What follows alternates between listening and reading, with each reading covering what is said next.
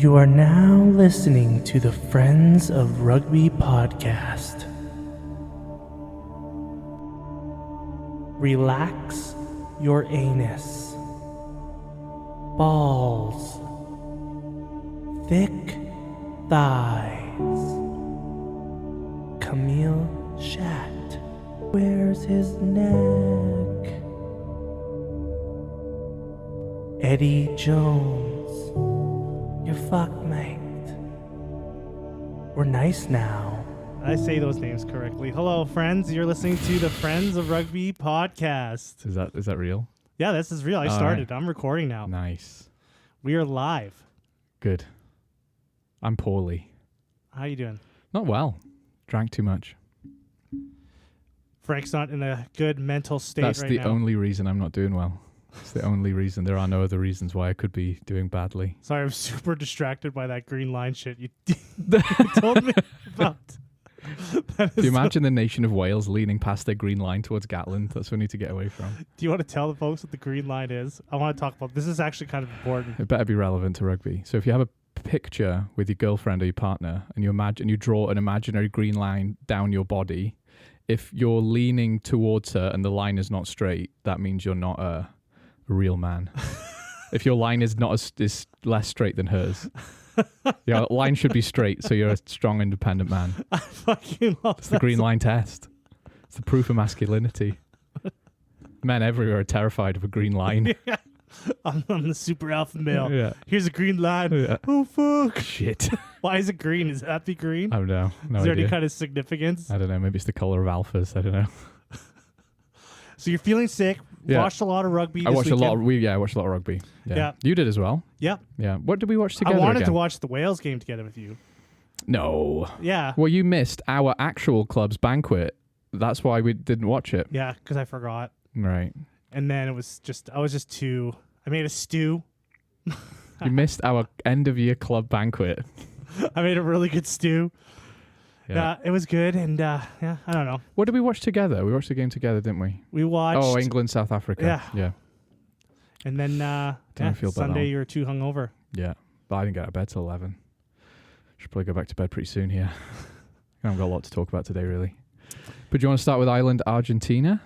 Yeah, I want to talk about. Do you want to talk about anything about the local rugby scene, the awards, or anything? Are you happy? I think I'm happy. I think people are starting to talk about like, oh, numbers are dying.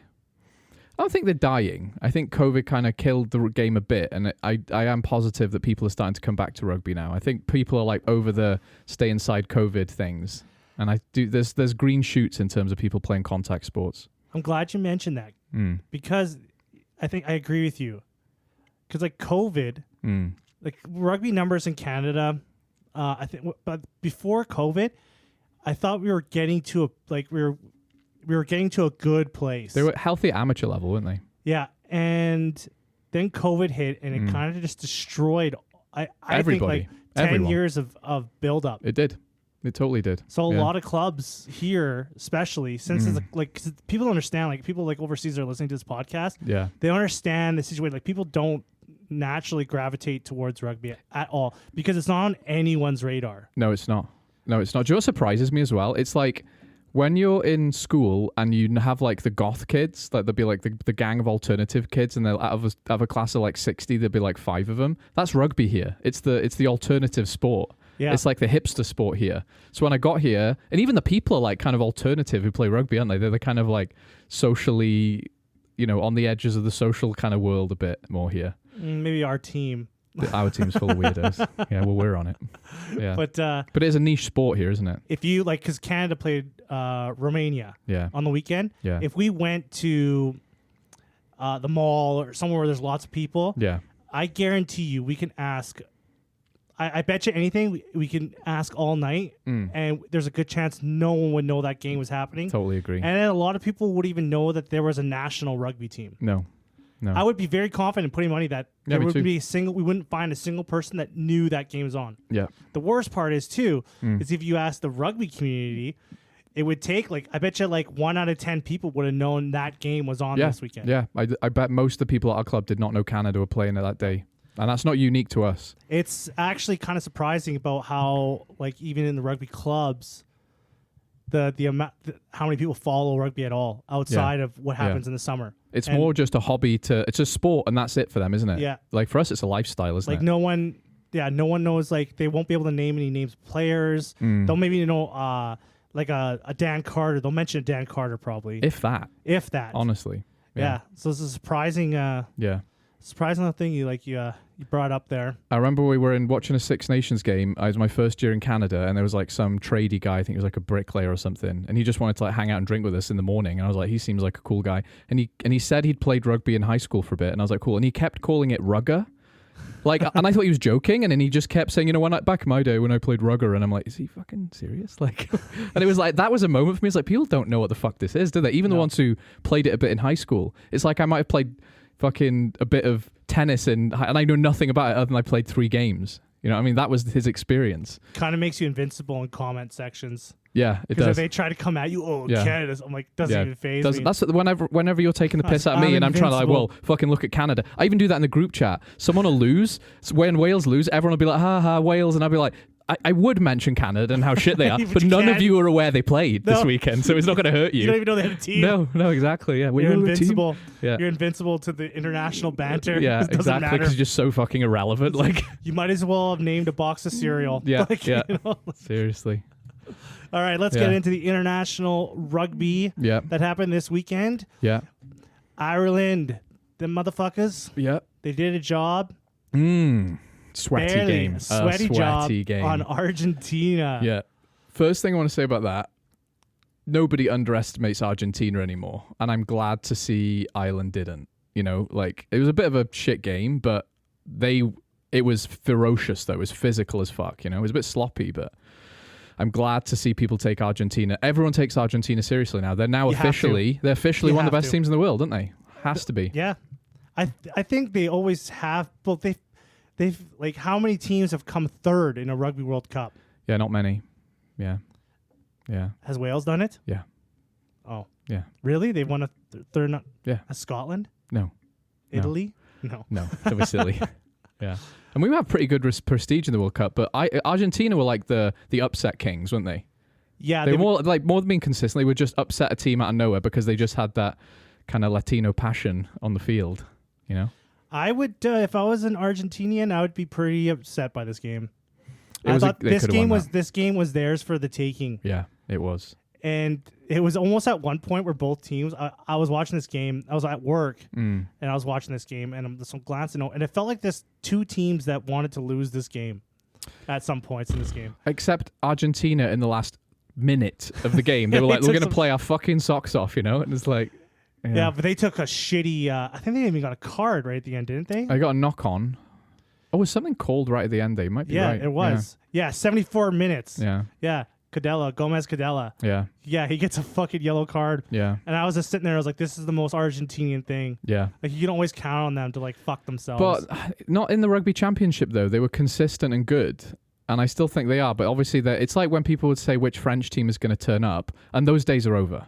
Right, you always get a reasonably good French team now. Argentina are just getting out of their which Argentina will show up days, Yeah, this is a team, like, you can't get let off the gas pedal with this team now. No, you can't. And what I liked about Ireland is, I think historically, Scotland and Ireland are a really good comparison because Scotland will play as good as their opponent. Mm-hmm. So they'll play as good as Italy or as good as New Zealand where they're playing them, right? So it's entertaining, but they just never get over the line.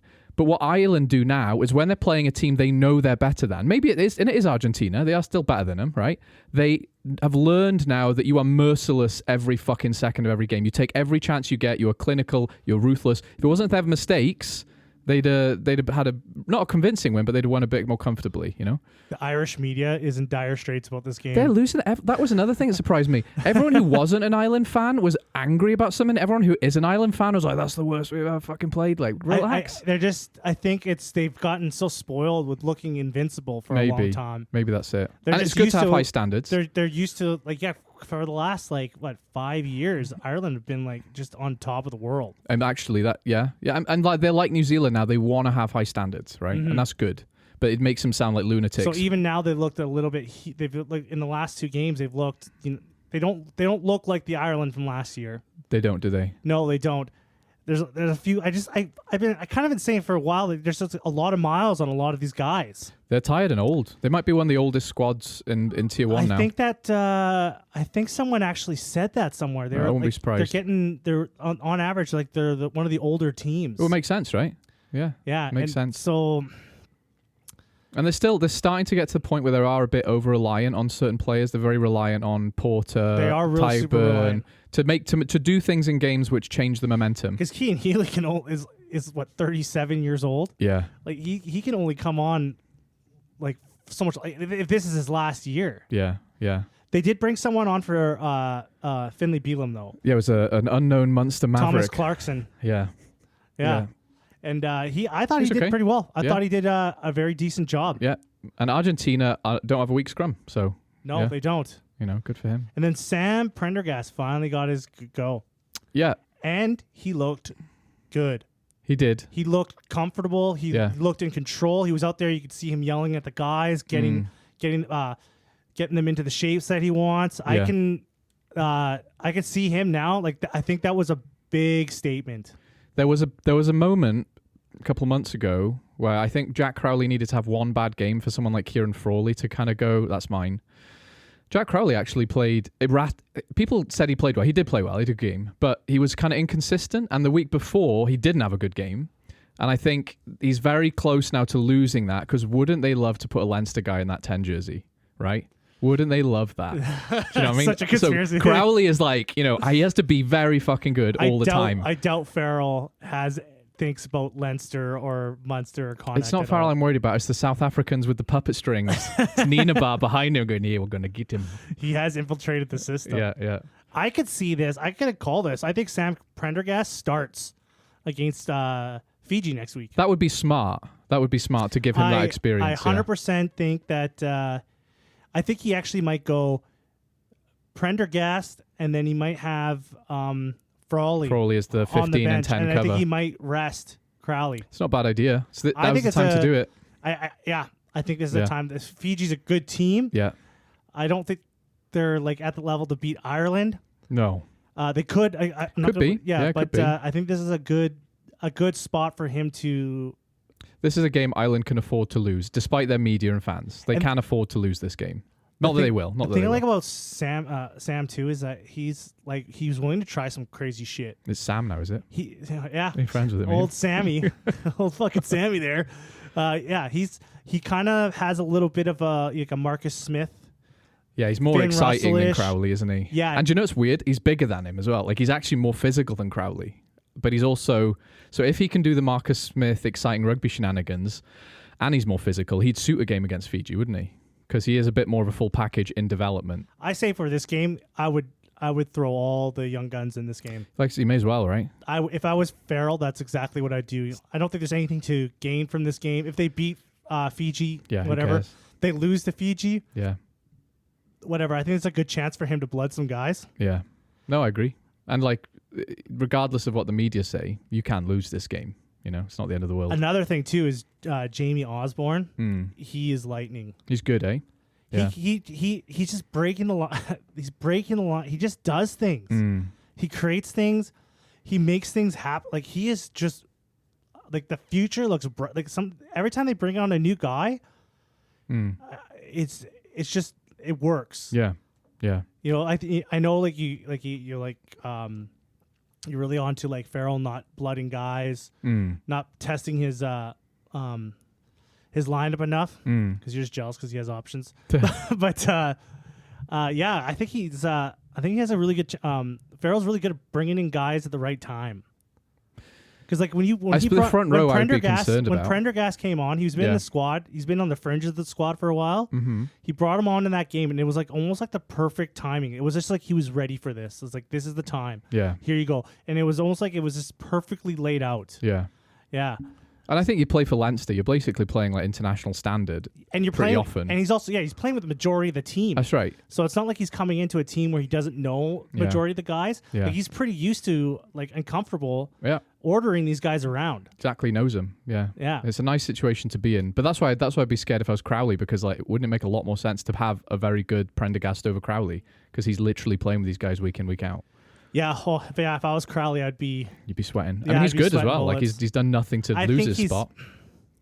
He's got a lot of things. I don't know. He's got a lot of experience now too. Yeah. So his experience, he's not a bad player at all. Rarely has a bad game.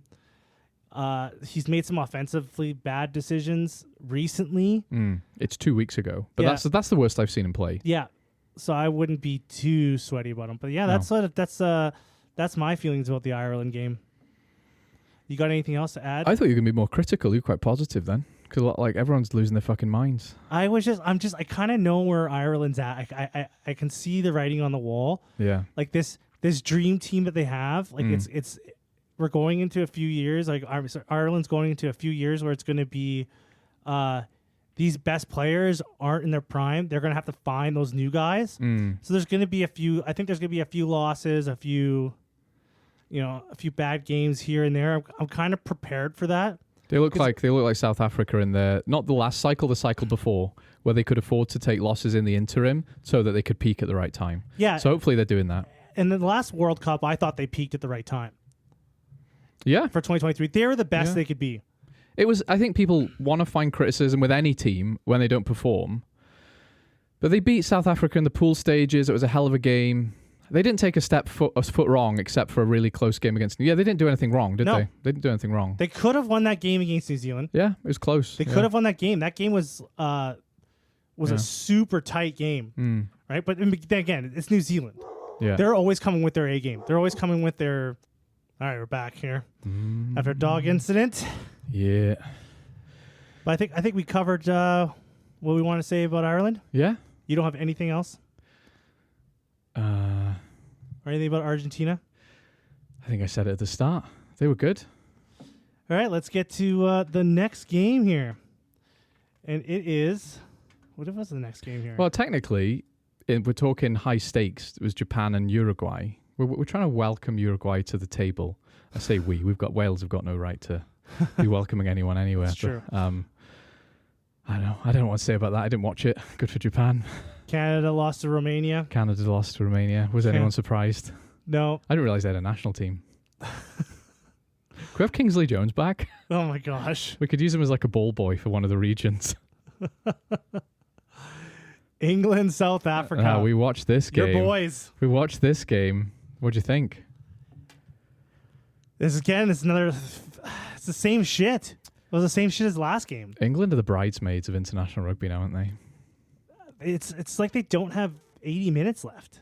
They don't have 80 minutes in them. No. That was a difference between Ireland and England for me. Is like Ireland are learning that clinical, play the whole game. England have got a very talented side, right? I think it's okay to be harsher on England because of their vast resources. Their vast resources, their player pool. 10 professional team league. Yeah. Like you could be a lot more harsh on them. Yeah, I mean, I am harsh on them a lot because it's funny, so I'm trying to be objective a bit.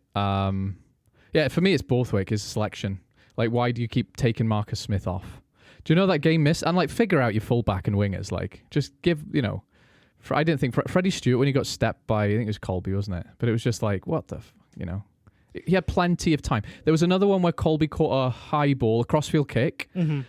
Freddie Stewart had about 4 to 5 seconds to line him up. He was running onto him, and he just steps inside him, and he scored. And, like, I think Freddie Stewart would make a good centre. But why? He's not a fullback. I don't think he's a fullback. No. And he's not the only problem. Like, there was a bunch of... Some people were saying that he was playing good. He's like, oh, he had a great game. He did, but he carries well. Like... He's a defensive liability. Yeah, that incident that happened with Colby. Yeah. Right there. I was like, did he want that tackle? He had so much time to line him up. Yeah. He's, like, you can see the ball coming down. You can see Colby waiting for it. All Colby does, casual as anything, just steps in when he gets there, And it's like, you're about 3 times bigger than that man. Where's Mike Brown? Honestly, bring back Mike Brown. Mike Brown would have made that tackle. I don't think he's ever missed a tackle. No, seriously. I would agree with you too. This is a coaching issue. It's definitely a coaching issue. Like their defense, like England's defense, has been really like in the talking point. Yeah. and they have that new defensive coach, Joe El Abd. So they're doing something. There's some kind of disconnect there. I bet you he's like this some old guy, and they're like, yeah, we're doing this rush defense. And you kind of spit on the grass like, yeah, rush defense. I'll fix this. Yeah. This is a mess. That Felix Jones guy had no idea what he was doing. I'll get this better. No, we're gonna rush, but we're gonna kind of rush, and some people are gonna kind of rush, but we're all gonna rush. We can't just all rush. Like he's probably just fucking it right up. You know, when you take your car to a mechanic and they're like, who did the last job on your car? Yeah. Oh, just this. Oh, all right, it's fine. We'll deal with it. It's like, yeah, that's exactly. Yeah, I don't want to be unprofessional, but fucking, this is a mess. This is a mess. Yeah, it's going to take a long time. Oh, boy. This is going to cost you. This is going to cost you. Yeah, this is going to cost you big time. That's exactly Joel the guy Lamb comes in that Borthwick hired. Yeah. Because he's probably looking at the defense. He's like, this is no good, Borthwick. No, this isn't how we used to do it in my day, and we're not doing it right now. This other guy, no idea what he's doing. Yeah. What did he say? He was Irish? Yeah, of course he is. Yeah, that's exactly what the fuck happened. Because it's just super disjointed. The guys are everywhere. Yeah. Some guys are shooting up. Some guys aren't. Yeah. And I think it's deliberate. It's not terrible. I think it's kind of deliberate. I think it's put pressure on the first receiver, and everyone else kind of herds to the touchline. A lot of other teams do it. England just haven't figured it out, right? Do you know what's funny is about the blitz defense? It's like every time someone starts doing it, everyone acts like they found a Charizard shiny Pokemon card. Like, they're doing the blitz defense now. How did they find out about that? It's like, you can do it if you want any fucking time, right? You just all go up at the same time quickly. It's not rocket science. Everyone loses their fucking mind when people start doing it because it is effective. But there's flaws to it. So England are obviously like, the Box know we're going to do this. But they've been playing this defense for a while. They have. Right? Yeah. Felix Jones leaves. Yeah. And the whole thing falls apart. That's the thing, though. I wouldn't say it fell apart. I feel like he's this new guy. What's it? Albed? Yeah. He's fucking with it. He's tinkering it with the way and probably confusing the shit out of everyone. Yeah. It's completely like we have no resources to confirm that. That's just what I'm feeling is happening. This guy, he is that mechanic. He's I gotta fix this. Yeah. I mean, it is fun to blame him, but I get the sense more generally in England, it's like, fuck's sake, like we know we tried our best there. Can we just select the most on-form players for the game? I do think the players are starting to lose interest in whatever Borthwick's up to. And that's you can my blame, sense. like, if Borthwick was any other coach, maybe you can put it on the players. And I know people have been directing it at the players. Yeah. But the fact that Borthwick is a very systematic coach, and he likes systems, he likes to, for the players to play a certain way in certain situations on the field. Like he's just very detail-oriented, maybe. And systematic. You have to start pointing the fingers at him. Yeah, because damn well he's drilling into those players to play a certain play a certain way, be in a certain position at a certain time. Yeah, he wants his system to work, and he believes in his system. Yeah, but it's tried and tested now, isn't it? Like they lost to the All Blacks 3 times in the last 6 months. I think they've only won in 2024. I think they've only won like 4 games. Yeah, it's not good enough for England, is it? Who did they beat? Ireland in the Six Nations. Beat Japan. They beat Japan. They're going to beat Japan again. Yeah. There's 3 wins. Who's their other win? Can't remember. Who did they play? Who did they play in the Six Nations? Who did they beat in the Six Nations? They beat Ireland. Wales. And Wales. Yeah. They beat Ireland, Wales, and Japan twice. It's going to be twice. Well, they beat Italy as well. Did they? Or I thought Italy beat them. No. No? No. Okay, so they got... Yeah, so they got like... I'm not counting the Six Nations. So right now they have 4 wins. They're going to have 5. Yeah. But that's who they beat. So I guess the Ireland one's a pretty big one. Point is, though, they haven't beat quality opposition except for Ireland in the last 12. And you expect them to beat quality opposition, don't you? They had 3 very good chances to beat New Zealand, and they couldn't manage it. And that's the disappointing thing about this. Yeah, I the think. Closeout. It's kind of weird to see England just not being able to close out a game. And the crazy thing is even they start incredibly the well. Yeah, they do. Yeah. The World Cup, the same thing happened to them. That was honestly a very similar game to that one against. It's closer actually against this weekend. But yeah, they spent the time just like they were like, because I was at that game at the World Cup and they were just bullying the Springboks. Yeah, they're at their best when they're physically dominating you. And the Springbok fans around me thought it was over with. Yeah. Thought the game was done. Yeah. Right? They were completely destroyed by halftime. I remember watching the game. You felt that England had won that. I felt that was a comfortable, like, even if the score had been 1 or 2 points, I'd have been like, England deserved that, And I definitely think there is a coaching issue. Yeah. Also a selection issue. It's the selection issue that's they missed Faye Waboso bad. They did. They missed him, and I think he's been nominated for one of the World Player of the Year guys as well. So yeah, it's him, or breakthrough Jamie player or something. Osborne, Satiti from the All Blacks. These are the breakthroughs you're talking about. These are right? the breakthrough players. Yeah. Who's the other one? Fuck, it just passed me again. Fuck, I can forget who it is. Mngomezulu. Oh, Sasha Feinberg-Mngomezulu. Yeah. Sasha Feinberg-Mngomezulu. Mngomezulu. I love that guy. I do love that guy. I think he should win. But yeah, like based on the 2 performances where he was a fucking rock star, yeah, give it to him. Fuck it. Yeah, there. Yeah. Faye Boso probably is going to win this. I don't think he should be on any list of good players. But Hey, just he's the salty little pride bitch. of England there. I know. Yeah, they were missing him hard on this game. Yeah. And I was kind of who was on the wings for this England game here? As it We had Freeman and the Slight home? Yeah, Slight home guy. Yeah. Yeah. More like no home, am I right? Yeah, no home for you. Yeah, I was not impressed with the back three. They just didn't look like they were in the positions they should be playing in, you know? I don't know. I feel bad. No, I don't feel bad for England. I feel let down by them because like they've got the players. And why Borthwick changes people out when he does. Because they start, like the last 3 games they played, they come out of the blocks. Like they come out firing. They play so well for about 20 minutes. Well, Marcus Smith played this whole game. Yeah, he did. Yeah. Right? So there's no excuses there. Yeah. I thought Harry Randall had a good go at it as well. Harry Randall was in for the majority of that game as well. I kind of feel bad for Marcus Smith because he's such a dynamic player. And I feel like he doesn't have like the other players to work off of that. There's no one he can feed to from. There's no like, I guess Faye Bosa would be one of them, but I feel like there's the other backs. They're just not in a line with his dynamicness. They're just like not ready. They're just like. And England have had a centre problem for probably 15 years. They just can't figure out a good centre combination, can they? Yeah, like, and I think Henry Slade and Ollie Lawrence, I think it's fine. Yeah. It's not amazing, but it's still really good. A lot of people would probably want those two. Yeah, they do. As their center pairing. But when you've got 10 professional teams, like they shouldn't just be good, should they? They should be the 2 best fucking centres in England, you know? And they are at times, but it don't look like it when they play for England. I guess that is a good point. When you have 10 professional teams, you can't get like every player should be like just scratching at best player. They should. And like France, as much as they can be erratic, they play bravely. They play exciting, attacking rugby non-stop because the guys in those positions are fucking rock stars for their club week in, week out. And you can't say the same for England because even though there are like rock stars in certain positions, thinking of someone like Zach Mercer, I know I go on about him, but he's fucking dynamic, right? And he hasn't even been close to the England team. Right, let alone like on the bench. Like pick the fucking exciting players that everyone wants to see. Like and like I know you don't like Don, but I don't mind him. But like he's not a guy to come off the bench against South Africa, is he? No, you like, just when he comes off, you're just like, well, that was a kind of a fucking that was a kind of a waste. Yeah, yeah. So he's not gonna fucking do shit. Yeah, I don't know what Borthwick sees in him. I don't know. I like him. I just don't think he's quite good enough for international. That's anyway. What English? So fucking cares. South Africa were good. Yeah, but their backs are electric. Conversely, I can start to see what they're trying to do now. Everyone's like, oh, you're going to develop our attack. And I was like, oh, there it is. There it is. Fucking hell, that looks scary. Like, Colby was on fire. The Springboks' biggest problem is their, like, I guess their biggest problem position-wise, it's their 10.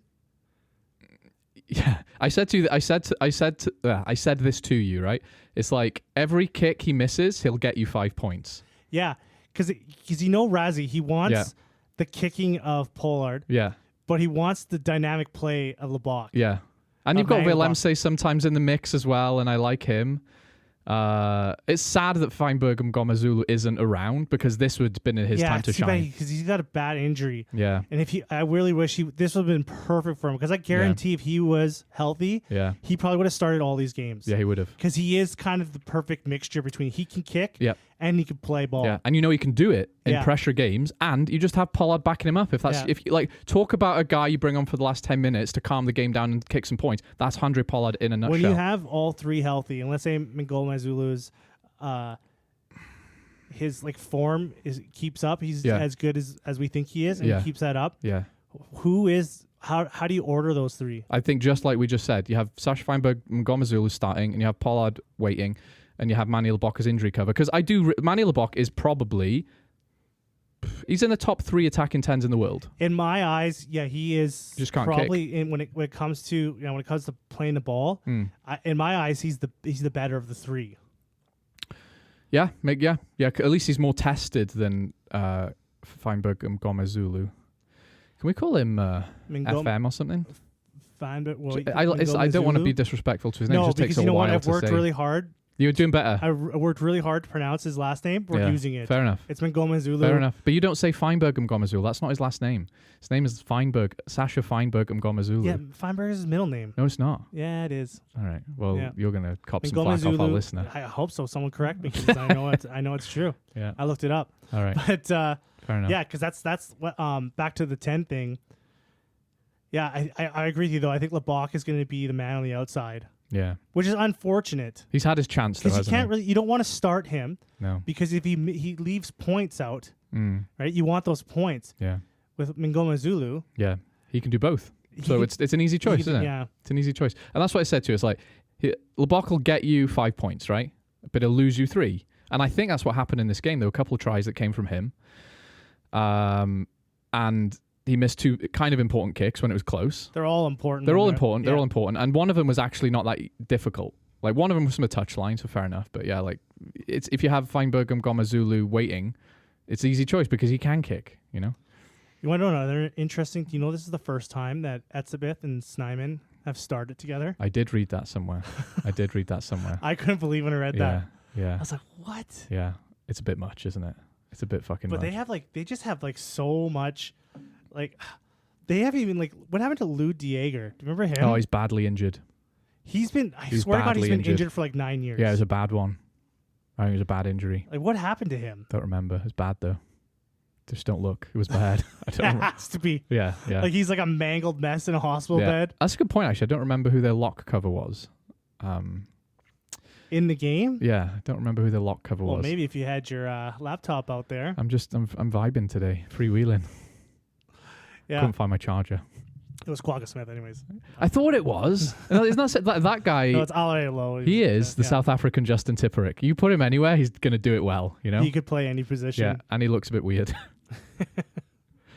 Yeah. Do you have anything else to want about this game here? I don't think we were nice enough about South Africa because it's easy to take the piss out of England, but they were really fucking good. South Africa were. Like, I would love to see. It's kind of silly to say. I would love to see them play New Zealand again because, like, I just want to see where New Zealand are at and South Africa. They kind of feel like right now that New Zealand is at the height of its power. That's right. Now. This is the game I want. This is the rugby championship final I wanted right now. Like in the rugby championship, like they weren't gunning 100%, and it feels like he what's his American Psycho looking motherfuckers? What's his name? Scott Robertson. He's he's really got that team firing on all cylinders. He finally, because honestly, people have such short memories. Like the punditry I listened to.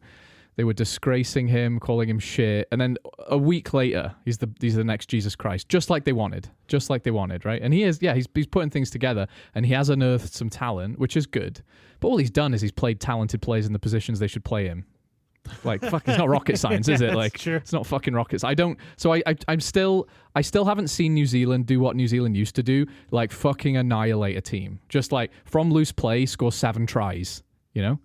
They've lost that, and I want to see that before I'm like, they're back. Scott Robertson has just blooded some good youngsters. All right. France, New Zealand, game of the weekend. Are you ignoring that comment because you don't want to get people fired up? Yeah. Yeah, no, it was a game. Speaking of New Zealand, this was a fuck of a game, wasn't it? 30-29. Yeah. I thought France, of all the games, which maybe were hard to predict, this is the one I thought that would go France's way, you know? This one I predicted well, I think. This really showed who's the king of the crop in the Northern Hemisphere right now.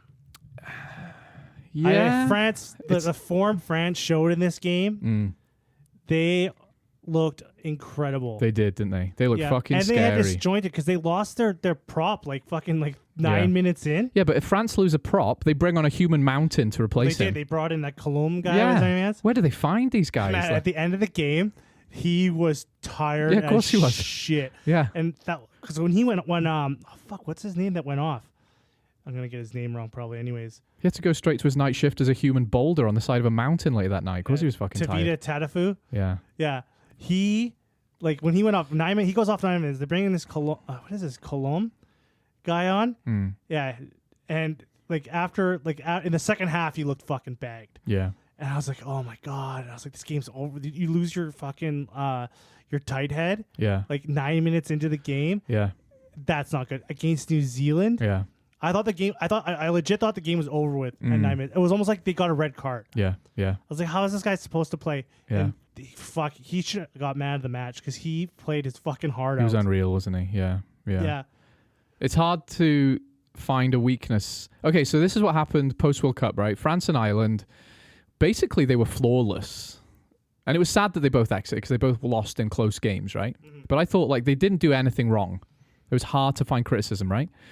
And then when the Six Nations rolled around, France just fell off a fucking cliff. And it was like, what happened to the good France? And I think because of the system they've got where these guys get absolutely tanned in their pro league and then they come into international camp and they're knackered, whereas Ireland have a much better system for managing their internationals. You play for Leinster.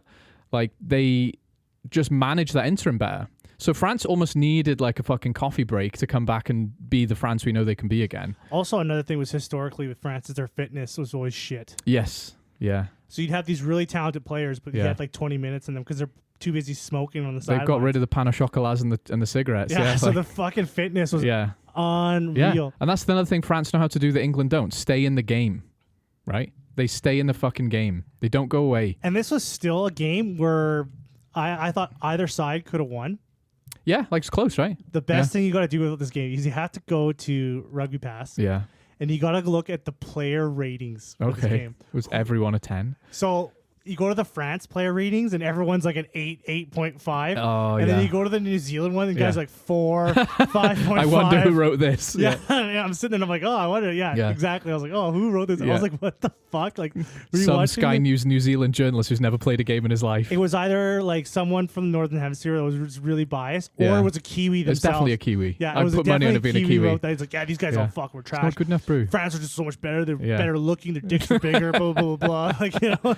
Yeah, like the guys that if we'd have played better, we'd have beat you. Yeah, because I was looking at the player rating. I was like, oh, I was like, click on France. And I'm looking at these. I was like, holy fuck. At no point did I think any player wasn't given the 100% on both teams. That was a fucking hell of a game. Like, it was physical, it was passionate. Like, yeah, there's always mistakes and penalties, but like they were just kicking the shit out of each other, weren't they? It was electric. Yeah, game of the weekend. I also felt like France always had the game.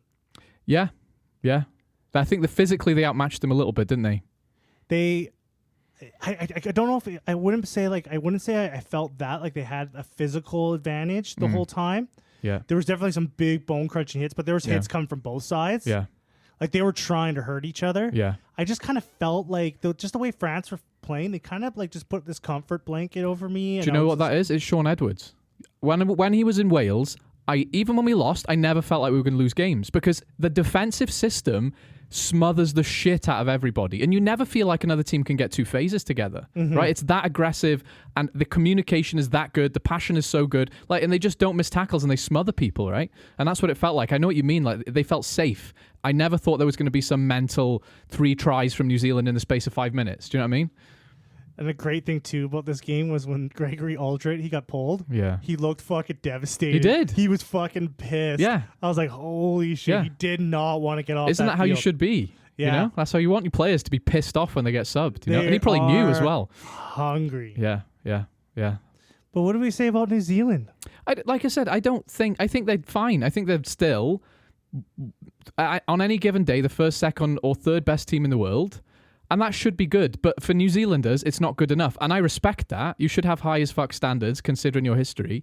But they haven't demolished a team in the old-fashioned, we'll score a bunch of loose play tries. Like, I think they've lost a bit of their flair. Or you might say everyone else got better. Everyone else figured it out. And that might be true, actually, you know. Because France and Ireland have figured them out. Whether they win or lose, they know how to beat them. I think what they're missing is like they're getting a lot of play. They're expecting a lot of play out of certain players, and they're expecting less out of their especially their back three. Like their wingers just have it too easy in their system. Did you read that thing that Jalibert said he didn't want to play if he wasn't starting? Like he was refused to be on the bench. I heard the rumor. I was going to bring this up. I totally forgot about that. I heard that Dupont didn't want him as 10. Why would? Oh. And so it's a bit like Dupont is the big daddy. He gets to decide, and that's why he was pissed off. Yeah, that's what I heard. I heard that there were some. That's what I heard. Right. And I heard this. I can't remember where I heard it. I read it or I heard it on a podcast. Someone say something about this. Yeah. Right. And then on Saturday when Jolly Bear wasn't on the team and it was Ramos starting at 10, I was like, well, there must be something to this. Yeah. But I didn't hear that side of it. Oh, that's what I heard. I didn't hear the thing you just said, though. Yeah. I didn't think it was DuPont being a little princess about it. Yeah. It's like, no, please, just not the good old Jolly Bear. The fucking exiled Jolly Bear. Yeah. Because the thing is, like, I do whatever DuPont wants. He could be like, we're going to go to England, kidnap Faye Waboso and play him at prop. And I'd be like, fine, do it. Let's get it done. Yeah, you're going to listen to anything he says. Yes, like every time. He's the king of that team. He is. Yeah. He's proved it, though. Yeah, you're not going to... He's not just a good rugby player, he's an intelligent rugby player. You want to keep him happy. Of course you do. I thought the pair looked great. Yeah, and it's weird because Ramos isn't always the best defensively, and he's not a natural 10 like... No, but he is is. What are those things called with a bunch of tools in it? Swiss Army knife. Yes. Oh my God, I'm having a stroke. Yeah, he is kind of a Swiss Army knife. He is a Swiss Army knife, because he looked fine. He looked natural in there. Yeah, he can do it all. I mean, when you're playing behind a pack that size, it's not that hard, is it? I mean, it is, but, not Back too much pressure on him. New Zealand. Yeah. How do you think the media is doing? Like I said, I think they deserve and should have high standards, and they should expect to be every team, every time, but they just don't seem to be handling the losses well. Which again is the same. It's a double-edged sword, right? You have the highest standards of any team in the world, good, but when you lose, you fucking lose your mind. You'll be fine. You're still going to be the best team in the world or thereabouts for the rest of history until the fucking sun explodes. People will be annoyed at how often New Zealand win games of rugby. Yeah, in my eyes, I think they're the guys on the outside. They need to get in the game more. Oh yeah, and that's the smothering thing. I think it was hard for them to get phases together because that was a really aggressive defense, right? It shut them down, so they couldn't get their kind of. What's their defense coach? Francis defense coach? Sean Edwards. Sean Edwards. Yeah. Man, I wonder how much they're paying him. Not enough. Or probably actually. They're probably paying him fuck time. What are you talking about? Yeah, true. Because he would be gone somewhere else. I bet you anyone in the world wants him. Yeah, I mean he's a Wigan boy like Andy Farrell. He has not been near the England national setup because he came to Wales in like 2008, so long time. What a guy to get through the cracks. Yeah, to go through the cracks. Yeah, I bet the English is like fuck. Yeah, exactly. I mean, but the thing is, he was with Gatland when Gatland was at Wasp, so he was Gatland's kind of understudy for a long time, right? So I think he was just loyal to the guys who were loyal to him rather than caring about national. That's what Gatland needs. They need him back. Who do? Wales. Wales need Gatland back? No, that's what Gatland. He needs to call his little apprentice back. Would you go? Sean Edwards. Why would you go? Jay, do you want to come hang out in this burning trash can? No, I'm okay. France is nice. Well, speaking of burning trash cans. Yeah. Italy, Georgia. I'm joking. Fuck's sake. I totally forgot this game was on. That's such an Italy-Georgia move of you. Yeah. When you mentioned that, I was like, oh, fuck, I completely missed that game. Hey, Georgia nearly won it. They had him. And Italy just won't let any tier 2 nation come up. They're the gatekeepers. Yeah, they will lose to everyone else. Yeah. But as soon as a tier 2 nation comes around, like just trying to get their spot, they will go all out. Yeah. Yeah, they're like, no, we worked hard. We lost so many games to get here. You are not having our spot. I really wanted Georgia to win that game too. Yeah. Because that would have been perfect. It would have. Because they would have gave a lot of talking points. Like, what are Italy even doing? People start pretending the Six Six Nations is a relegation tournament again. But let's not talk about that game. Let's talk about the game that everyone wants to talk about. Let's talk about the game that you wanted to talk about. Your boys. Yeah. Wales. Yeah. Versus Australia. Yeah. 52-20 for Australia. It's the most points that Australia's ever put in Cardiff. Yeah, it is. This has new low vibes. It's not just rock bottom. It's like almost like every other week we're having it's like when a drug addict fucking goes back on the drugs for the 9th time. It's like he's dead now. He's dead. You want to say this is the final straw? I would love for it to be the final straw. But next week when they play the Springboks, I don't want more straws. And they get fucking destroyed. Yeah. Like, is that going to be the final straw? I don't think so. Here's the thing, right? It's such a hard place to be criticizing Gatland because he took us to the best. We were the best team in the world. We were number one. Don't they have like a bench or something named after a gate? When we go to Cardiff next year, I'm going to show you Gatland's gate. It's a big fucking gate. I want to see Gatland's gate. And they're going to have to downgrade it to like a turnstile soon. Because he's in real danger now of like tarnishing his legacy. I know he said he doesn't care, but this is this is it. This is a record losing streak for us. He's done it. So he's overseen taking us to number 1 spot in the world, going on our longest ever unbeaten run, and then Gatland the sequel, Gatland 2 Judgment Day, is just not good. It's a shitty second movie. So there's been a lot of talk about. We should talk about the game, but let's talk about the game first, and then we'll get into the coaching stuff. Yeah. Okay. I want to ask you a question first, right? Okay. If Joe Schmidt went to Wales instead of Gatland, would we be having this conversation? If Joe Schmidt went to Wales. If Joe Schmidt took over from Wayne Pivac after the Jam Slam. Oh, can you ask that question when we talk about the coaching?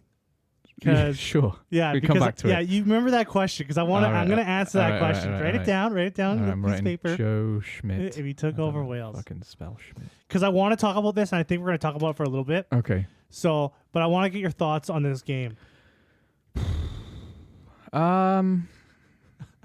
Your face. I wish people could see this face. Man. Yeah. I can't wait till we start recording the podcast, like video wise. So I'm wearing a fucking paper bag every time Wales play. I don't know what. It's hard. Like, I am a bit speechless because, like I said, it does. A lot of it comes to the coaching. I tell you what. I was looking at the number of caps we have. I think we're the youngest, quote unquote, tier 1 side in the world right now. Yeah. By significantly as well, right? So that you give him some leeway. Mm-hmm. But part of the reason with that is because he can't fucking settle on a team. If you played the same guys, we have 2 of our best props playing for Harlequins right now. Dylan Lewis, Wyn Jones, they're playing good. And he won't even play Nicky Smith, who's probably the best scrummager in a Welsh jersey. Not ever, but in the current bunch of scrummagers we have. Nicky Smith came on, showed that he's the best. Ryan Elias, like people were saying, when you can't score if your maul isn't functioning. Our maul wasn't functioning in the second half because we couldn't win our own lineouts because of Ryan Elias, right? So his selection is it's worse than Borthwick's. It's objectively worse than Borthwick's. Borthwick's. So do you think there's another team, a Welsh team, out in the wilderness? There is, and the thing is, it's not like here's one team. Here's an entirely different 15 guys who are just exiled from Wales, right? You mix and match, and that's what every fucking sensible coach does. And it's easy to blame Gatland, and I will. But the WRU have massive culpability in this. Why do we have a 25 cap rule? Why the fuck do we have that? We can't afford to keep our players in our country. So we're saying to these young professional athletes, you have to stay here, otherwise you don't get to play for Wales. And if you do stay here, we'll pay you 20p an hour. Yeah. Like, that's not much of it. And that doesn't honestly sound great. That's exactly what happened with Faye Waboso. We lost a once-in-a-generational talent because we can't get our shit together. That's almost unforgivable. It is unforgivable. And I know I like to joke about taking the piss at the guy. I don't blame him. Why would you fucking stay?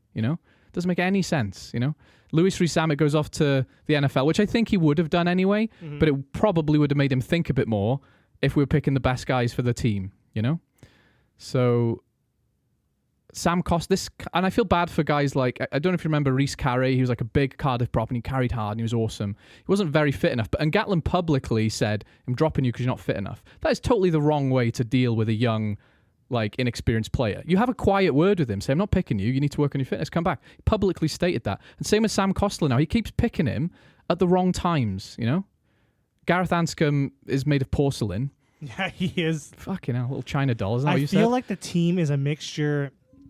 I feel like the Welsh team is a mixture of people that want to be there. Yeah. That want to put the jersey on. Yeah. And people that are paid to be there. Yeah.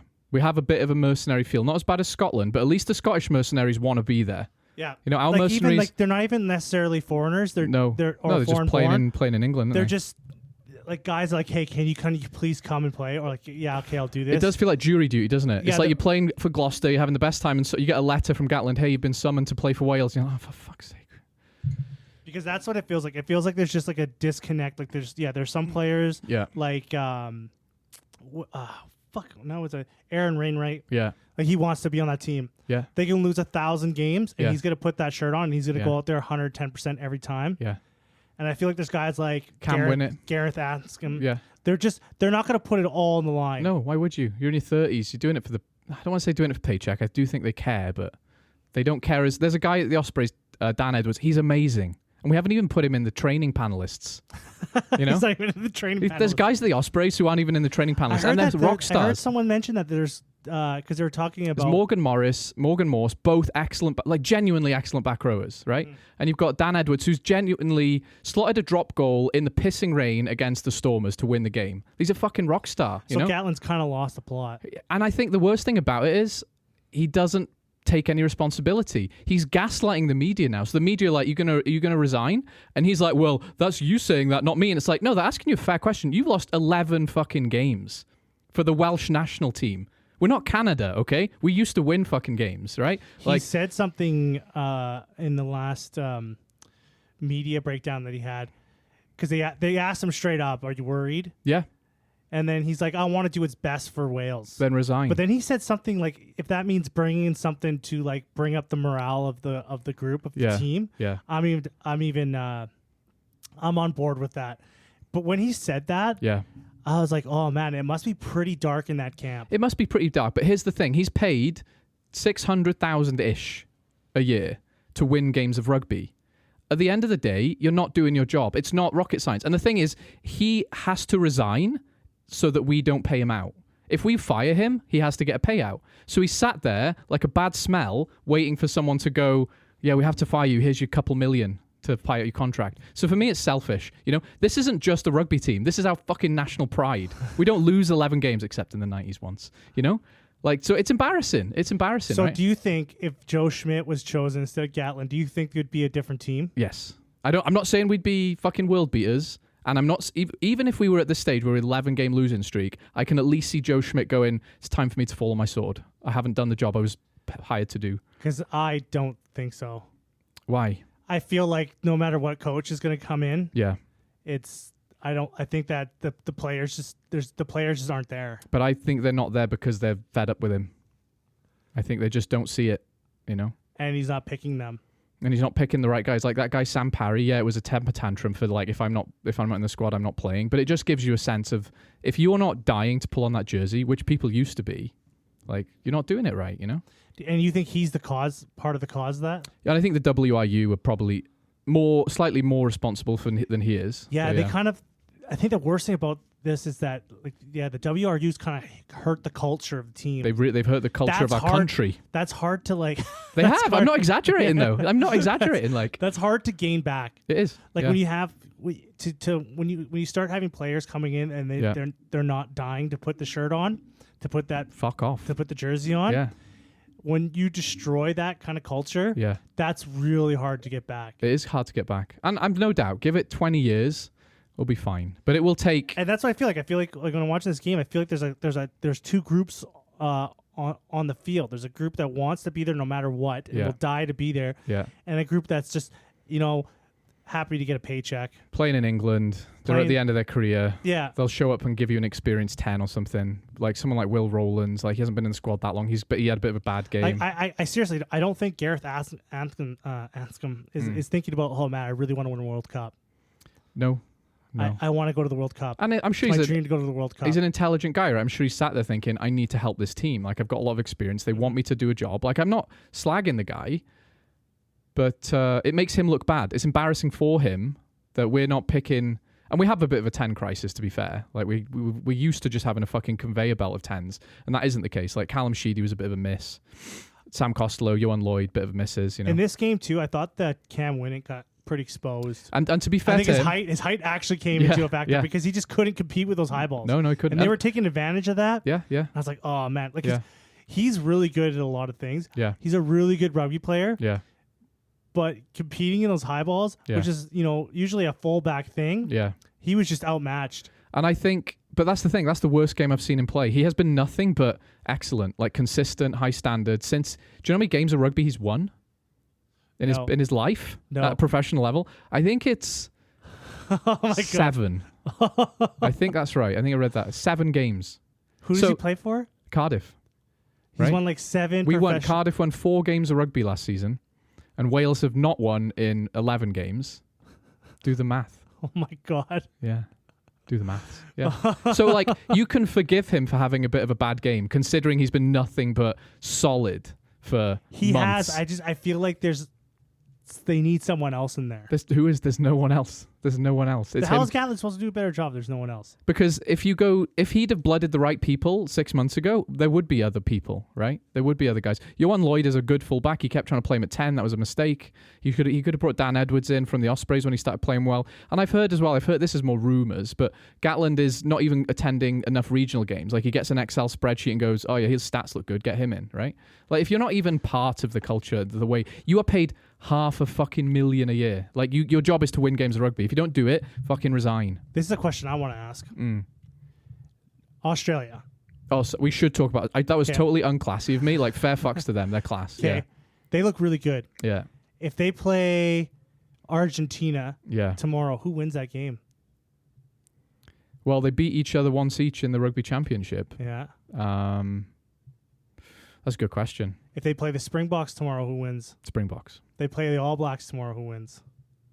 All Blacks. Depends where. It's closer. I don't know. I kind of feel that this new form of Australia, they look better. They do look a lot better. Yeah. But I don't know if it's because they've gotten so much better or the form of the teams that they're playing is lacking. And that's a good point, right? Because look at the teams they've beaten in the last 6 months. It's Wales 3 times and Argentina once.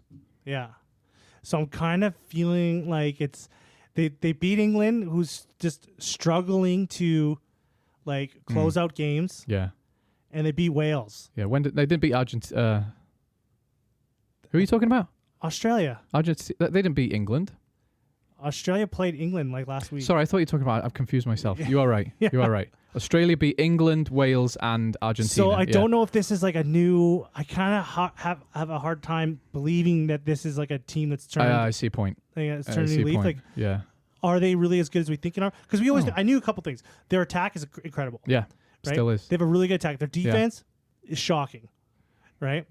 This game looked better, but also Wales. Like we didn't fire a shot, did we? Can't fire a shot. Yeah, couldn't even get a maul going. Yeah. So I if I was a Wallaby fan, I wouldn't be too hyped up because of the competition. If anyone deserves a moment of delusional positivity, though, it's them. It is them. And if we beat fucking Georgia 3 times in a row, I would be fucking having a party because we need it. You need to belief and confidence are just as important as ability, right? And you're right. The problem is though, they're 2 injuries away from never beating anyone for a fucking calendar year, right? Like you lose Valentini, you lose Angus Bell, class players, but like who's replacing them, right?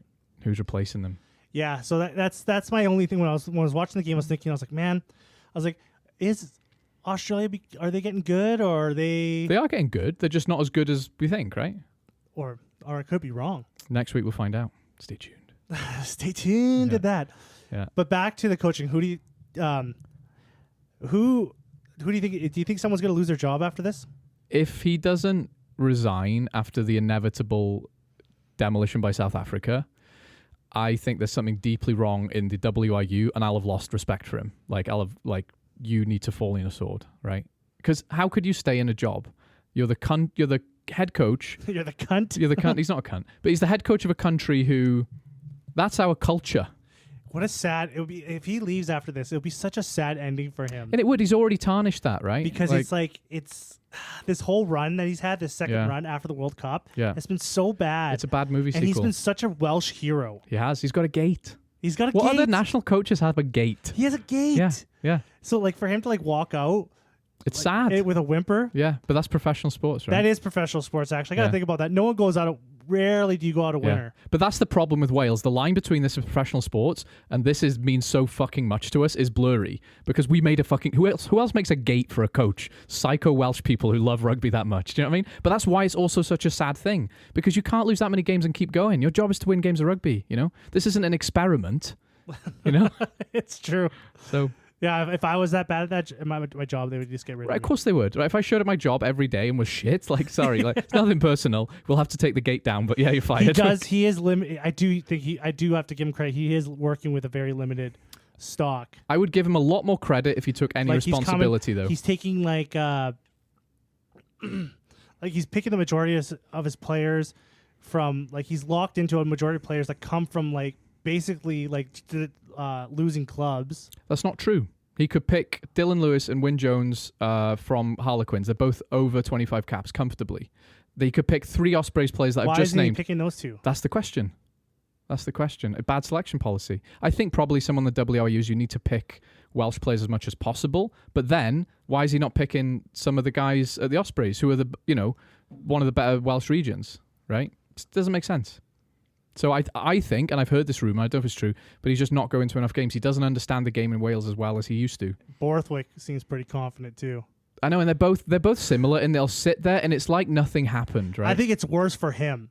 It's worse because he comes into these interviews smiling and be like, hey, there was some positives today. There was positives?